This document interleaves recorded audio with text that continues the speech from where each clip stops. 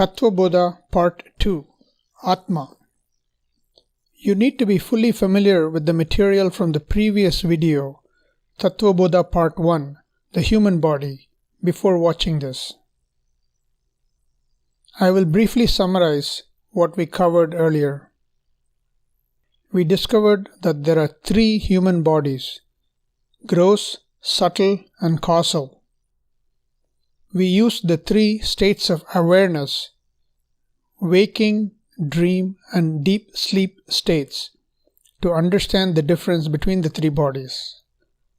Then, we classified the same three bodies into different layers by function. The gross body is also the food layer. The subtle body has the three layers of energy, mind, and intellect. The causal body is the bliss layer. Let's proceed. We see that all three bodies are made of matter. Remember, energy should also be considered as matter, since one can be turned into the other. The gross body is made of gross matter. This is fairly easy to understand.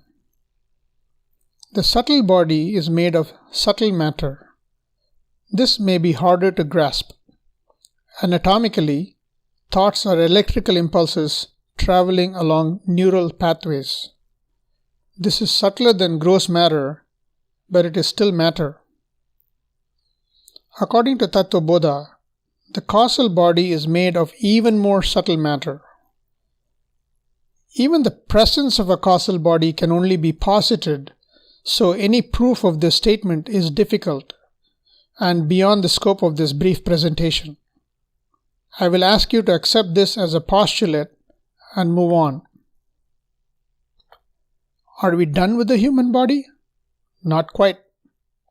Tathva Bodha mentions that there is one other entity that is part of us.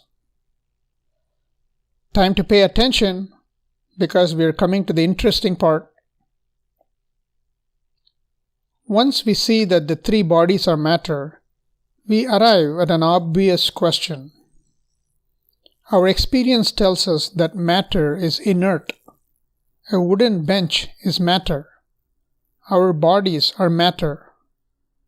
What makes our bodies alive and conscious? Why is the wooden bench not sentient? Consciousness is one of nature's enduring mysteries. Science has not been able to explain consciousness. Theories have been put forth and refuted. Many believe that consciousness may be beyond scientific observation. Max Planck, the winner of the Nobel Prize for Physics in 1918, said, "Science cannot solve the ultimate mystery of nature, and that is because, in the last analysis, we ourselves are a part of the mystery that we are trying to solve."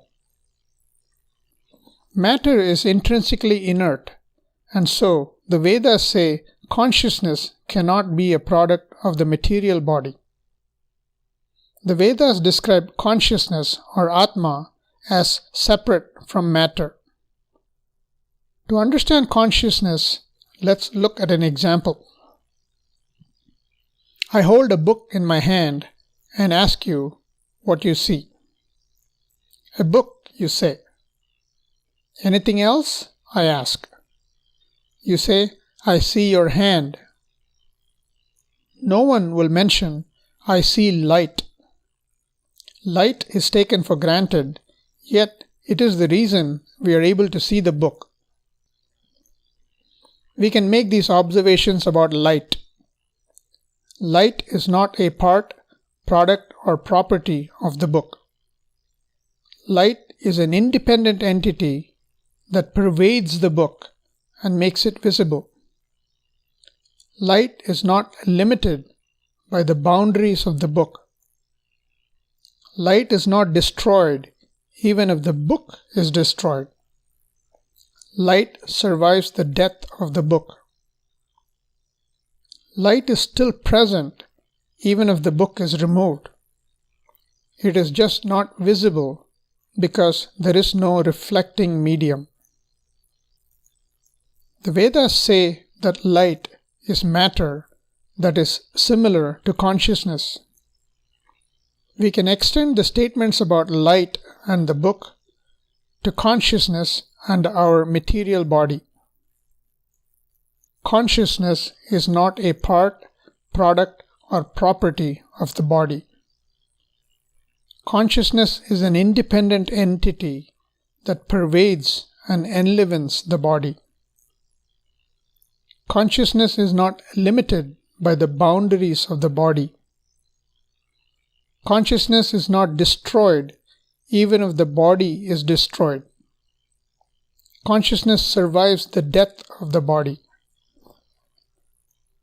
Consciousness is still present even when the body is removed, but it is not detectable because there is no reflecting medium.